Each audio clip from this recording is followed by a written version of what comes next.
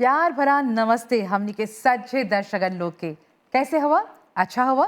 जे तू अच्छा हुआ तो फिरो से हमनियो अच्छा है जा। हमनी के सितारे कार्यक्रम में आप सब लोगन के स्वागत बाटी। हाँ, आज अस्पेरे करत हवा, इंतजार करत हवा के हवन हमनी के आज के खास विशेष मेहमान। त इनका नाम है संजय शत्रुघ्न। नहीं, हौला खामोश होला शत्रुघ्न नहीं। ई ह हमनी के लोकल आर्टिस्ट, हमनी के स्थानीय कलाकार। हम इनकरा गुरुजी बोलीला काहे कि हम जब ले छोटा रही तब हिंदी जो पाठशाला रहल दिमाग उ सब जो दिन रहल हमने हिंदी सीखे जात रहली जा और ई हमर गुरुजी रहलन। तो आज हमके बहुत ही खुशी बात है कि आज ई मंच पे हमनी के सितारे कार्यक्रम में हमर गेस्ट हवन, हमर मेहमान हवा। गुरुजी नमस्ते। नमस्ते आपको भी नितुषा जी। तोहरा स्वागत बाटे। और ये हमनी के सितारे का जो प्रोग्राम आप आयोजित करत हुआ, जितना भी दर्शक हवन जो हमनी के देखत बन जा, वो लोग सब कोई के संजय शत्रुघ्न के प्रेम भरा नमस्कार बा। त चला इंट्रोडक्शन तो हो गल बाटे दर्शकन। चला इनकर सफर के बारे में, इनकर जो म्यूजिकल सफर के बारे में हमने जस्ती जानब जा काहे उ गावेलन, कितना क्लिप सब निकलले हवन। त ई सब पर हमने जाने खोजत है जा। त गुरुजी हमने के बताओ तोहर सफर जो बातें संगीत में वो कर शुरुआत कैसे होल?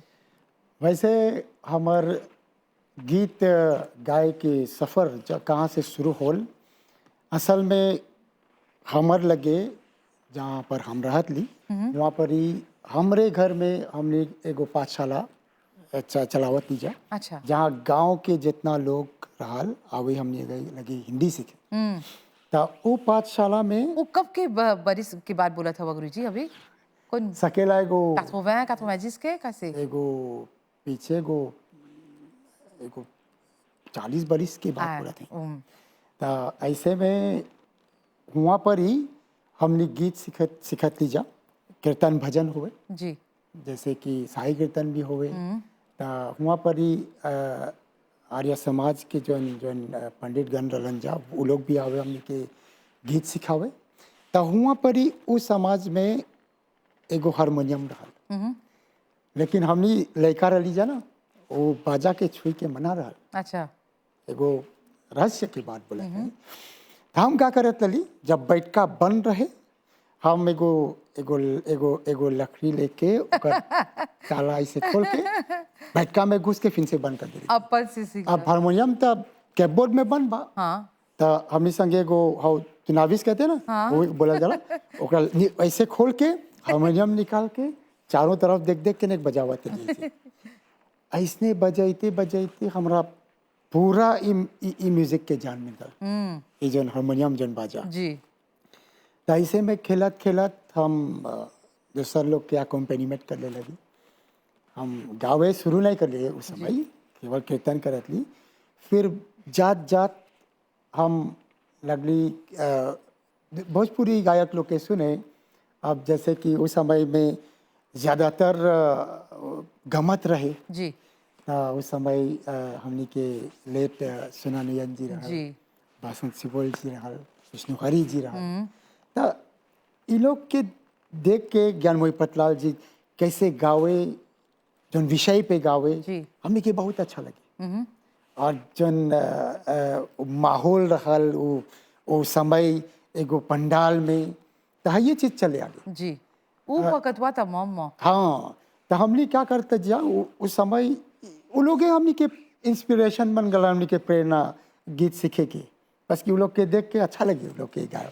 तो ऐसे में हमारे भाई भी अनिल शत्रुघ्न वो हमेशा हमने के बतलाई, जब भी कोई प्रोग्राम आयोजित करती जा, वो दिवाली के या फिर नाटक करती जा, कविता करे जा, वो हमने के गीत सिखाओ। जी। तो हमारे लिए वही हमारे गुरु हमारे भाई अनिल शत्रुघ्न। जी। तो हुआ पर ही हुए से हमने गीत सीखे लगी जा। और जात जात हमू भी गाई लगली। कबो कबो पंडाल में हारमोनियम लेके गावत ली, जैसे कि गमत सिंगर लोग करे। जी। और जात जात वहाँ से भजन करे शुरू कर ली। चला भजन से हमने वापस आप जा तोहर जो सफर शुरुआत होल। अभी हमने के जितना दर्शकन देखा था जा तोहर जन क्लिप सब बातें हमने देख ली जा टीवी पर, खूब सुनी ला जा गाजो सब। त ई जन पहल का क्लिपवा आगे देख ला, तब ई जन भेंटवा बा रूबरू हो जा फिर से। गुरुजी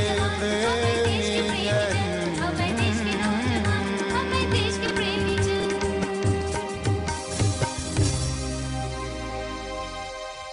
हमनी के देश के नौजवान त चला हमनी के देश के नौजवान अपन देश खातिर कौन ची करत हमेशा बोला जाला कि ई नहीं चाहेला देखे कि हमनी के देश हमनी खातिर कौन ची करता ई जरूरी है कि हमनी अपन देश खातिर कौन ची करब जा त चला हमनी के जितना नौजवान हबी देखा तवा जा ई है हमनी के सितारे कार्यक्रम जे तू एगो नौजवान हवा कोनो अब जितना हमनी के आर्टिस्ट कलाकार हवा जा एगो क्लिप निकलले हवा वीडियो बातें तोहर त हमनी के ई मंच पर आ जा और हमनी के सितारे कार्यक्रम के मेहमान बनबा तो हाँ गुरुजी जैसे बोलत रहला जब शुरुआत होल कल्ले कल्ले हारमोनियम से फिर भजन उ सब गाए लगला हाँ, तब भजन के बाद हम लोग महफिल में तनी गाए लगली सब महफिल यानी कि गज़ल।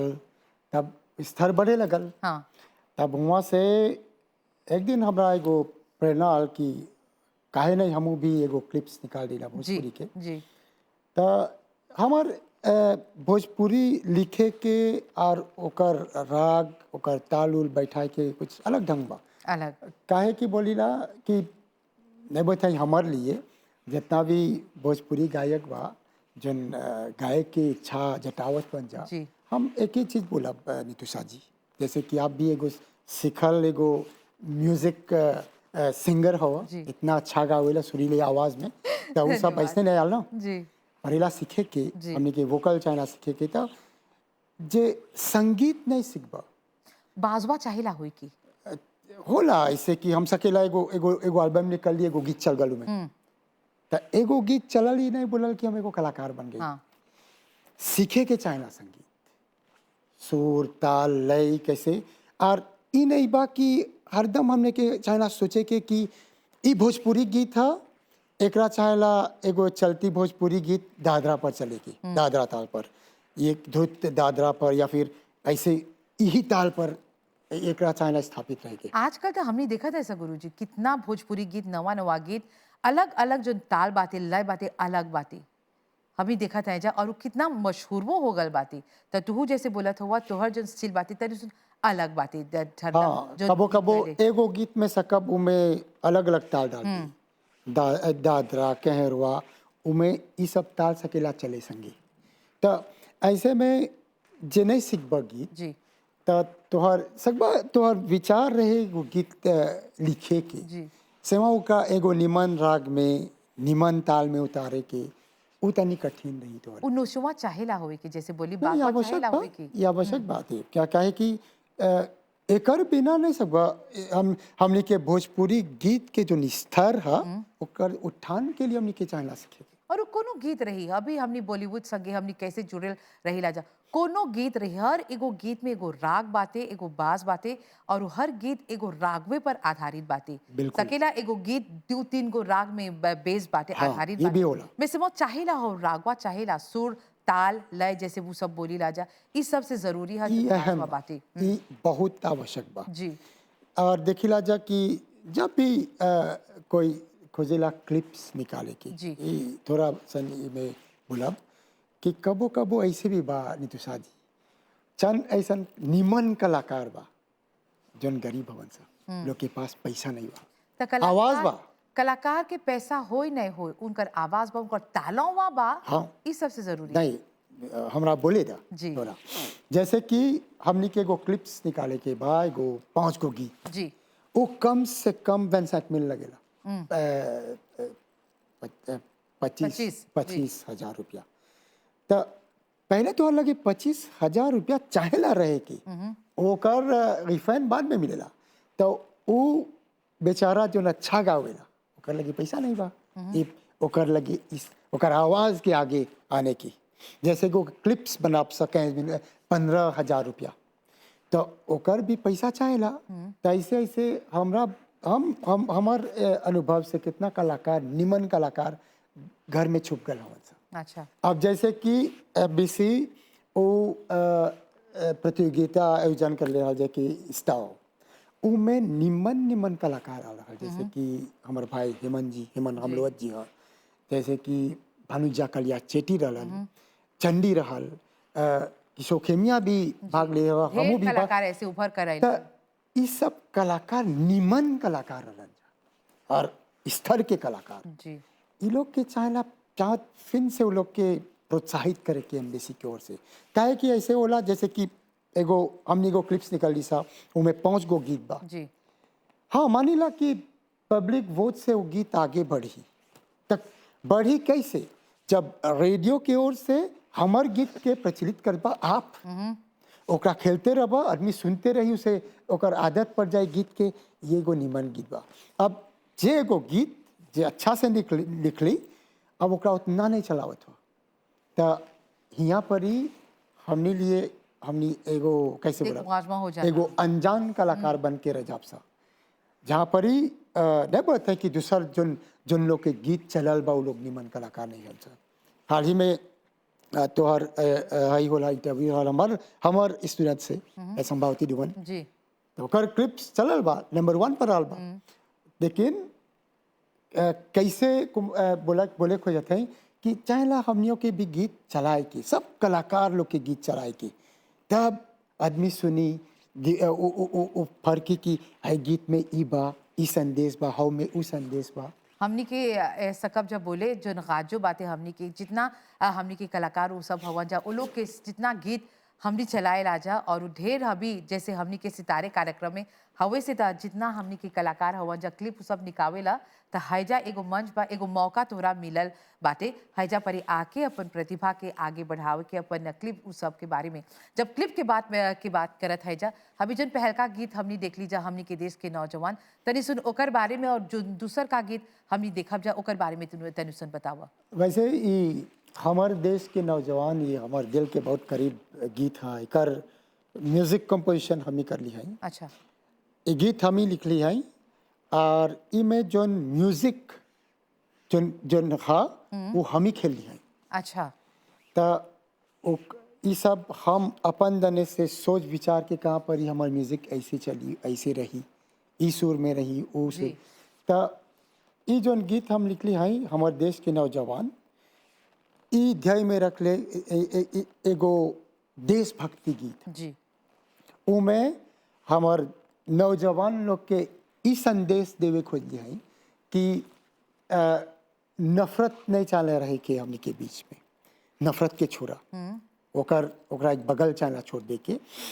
और गीत में ई बोले ई संदेश दिली है कि अलग अलग मजहब है लेकिन हमनी एक ही मुट्ठी में बंधाल सा जी। और यही हमनी के शक्ति है। तो चला यही शक्ति वा हमनी रखब जा और उ जन तोहर दूसर का क्लिप बा चला हम जे देखब जा।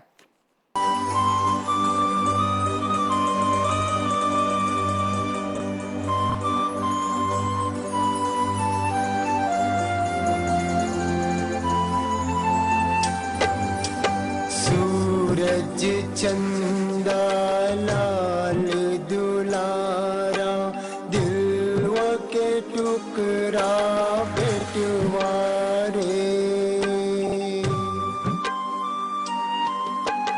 दुनिया में आइला सहारा बनला, बाग उजाड़ के काहे गईला।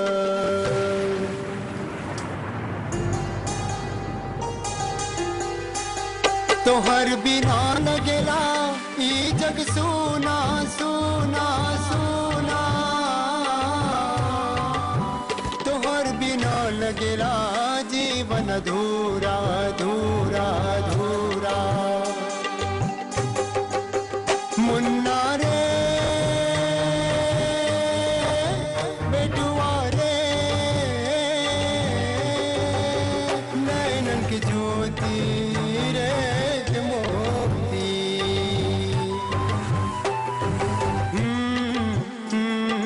ला ला रे ला ला ला।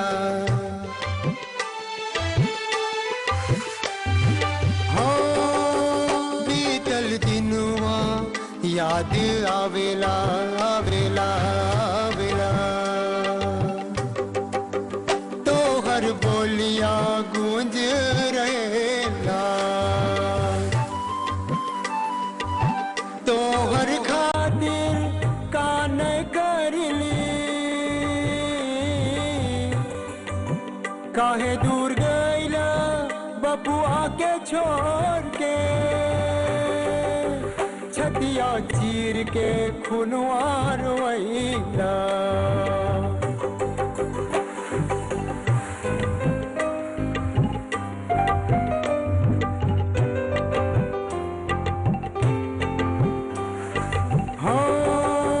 सत्संग छोड़ के कुसंग अपनैला अपनैला अपनैला,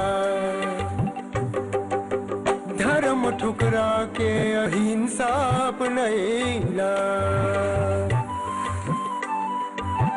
बुरा संगति में भटकल गईला, विनती सुनला हे जगदाता, लोरवा सूखे लगल लैकवा लौटा दा।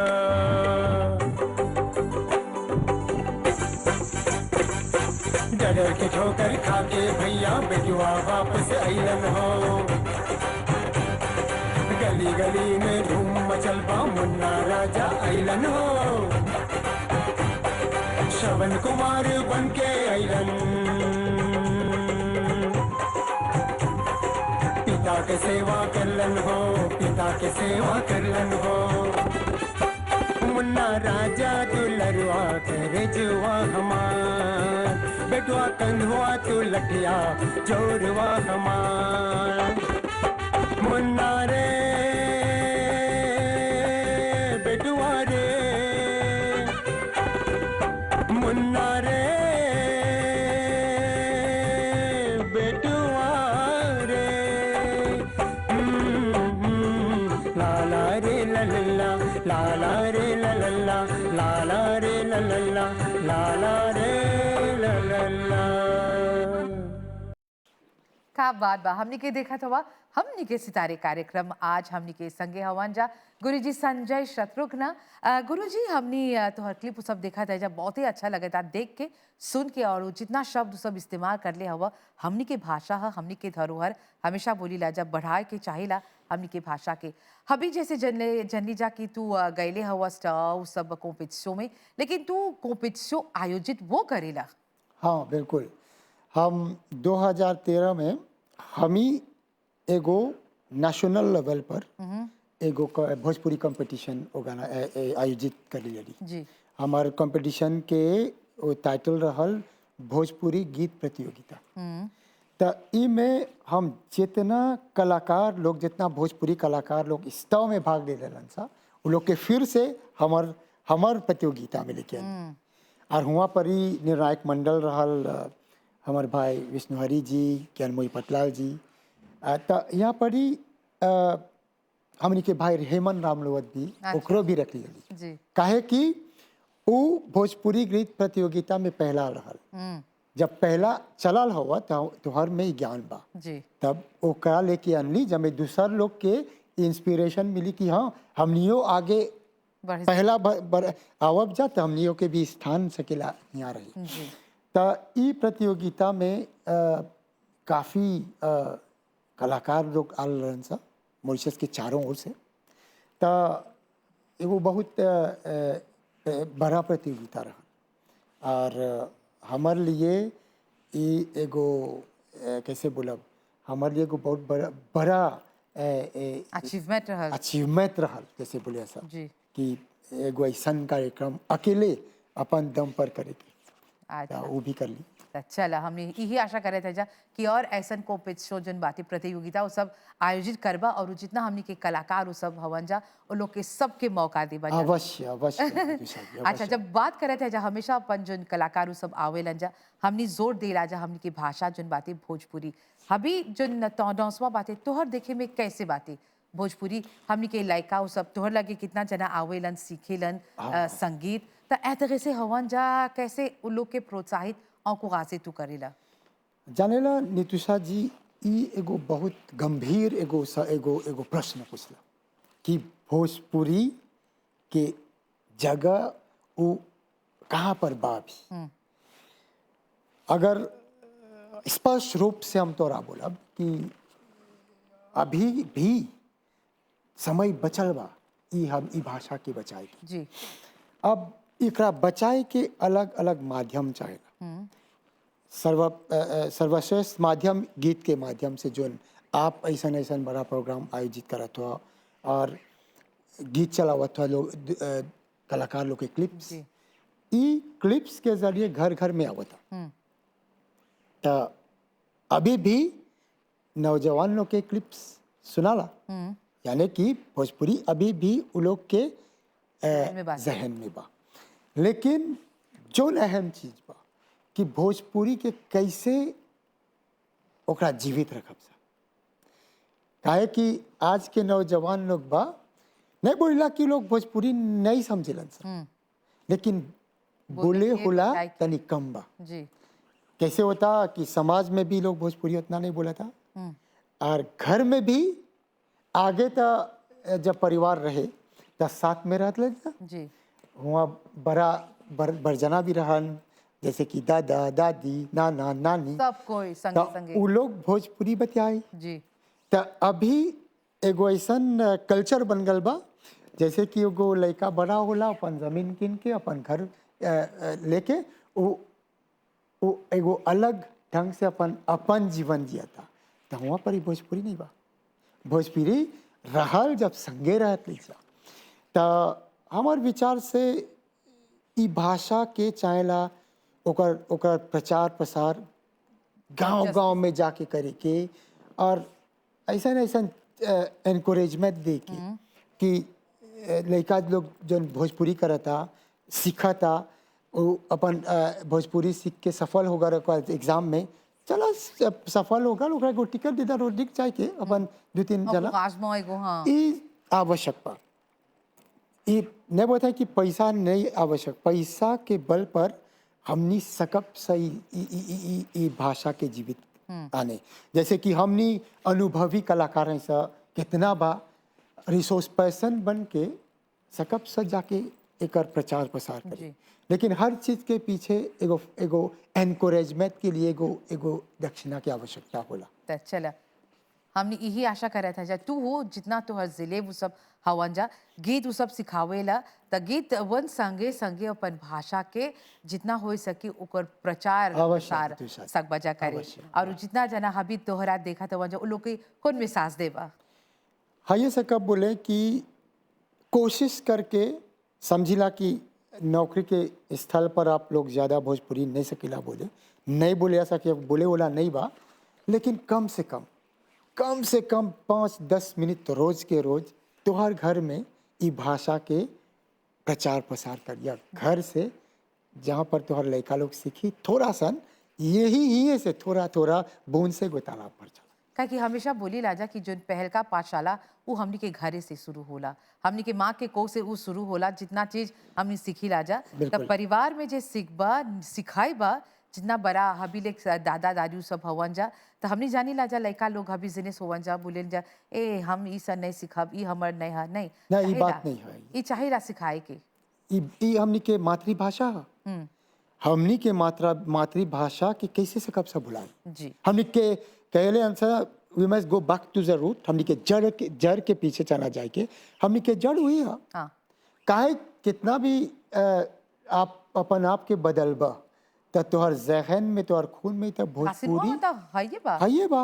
हमनी के जड़वा जो बातें भारत से हमनी हियाल है सा, तो हमनी के भी ई खून में बा, तो काहे नहीं चाहला हमनी के शर्माई के हमनी की भाषा बोले। इस सच्चे बात बोले हवा त जितना जना अभी हमनी के देखा था जा हमनी के सितारे कार्यक्रम खाली नए गीतवन के हमनी प्रचार प्रसार करीला और कुकाजे करीला जा, जितना हमनी के कलाकार उ सब आवेलन जा, बल्कि हमेशा बोलीला हमनी अपन भाषा के प्रोत्साहित आगे बढ़ाए के चाहेला। और जितना हाँ गुरुजी। और एक बात मैं हम जोड़े खो जाते हैं, जितना कि हमनी के भोजपुरी कलाकार लोग जो गावेलन जा, देखिला कबो कबो वो लोग भोजपुरी गीत गावेलन सा, लेकिन जब व्यक्तिगत रूप में वो लोग संगे बात करबा तो वो लोग दूसर भाषा में हमने के अपन उत्तर देवलन सा। हम वो लोग के बोलब कि देखा जा भोजपुरी गीत गावा और ई भाषा के भी बोला।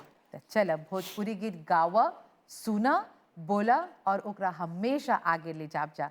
हमने के सितारे कार्यक्रम आज हाईजे परी समाप्त हो गल बातें। गुरुजी बहुत बहुत धन्यवाद। आपको भी तोहर मार्गदर्शन मिलन और तोहर सफर के बारे में जान के और अच्छा लगल।